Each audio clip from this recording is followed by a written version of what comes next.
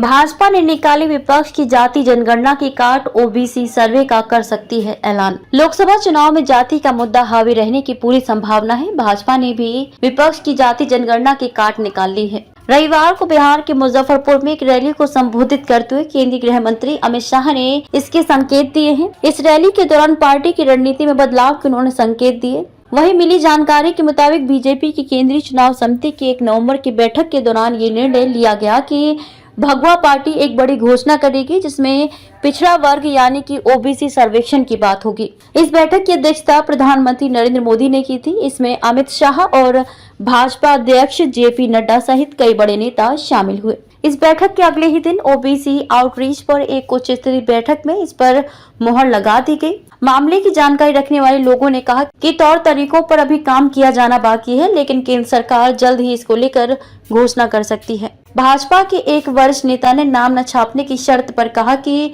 कांग्रेस हिंदू वोटों को विभाजित करने के एकमात्र उद्देश्य से जाति जनगणना के वादे को दोहराती रहती है। हम ओबीसी सर्वेक्षण की घोषणा करके उस रणनीति को भी कुंद कर देंगे।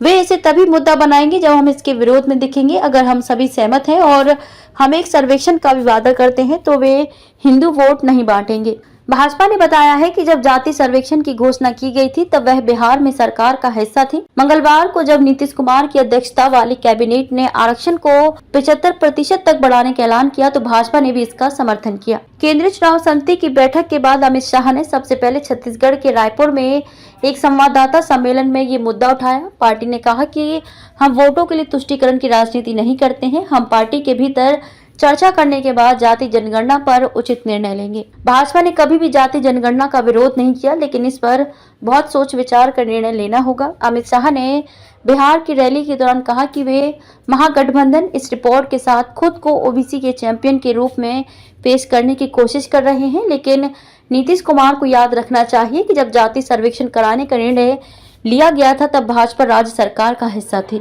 सर्वे में मुसलमानों और यादवों की संख्या बढ़ गई है, वहीं ईबीसी अत्यंत पिछड़ा वर्ग की संख्या कम हो गई थी। यह लालू प्रसाद के दबाव में किया गया है।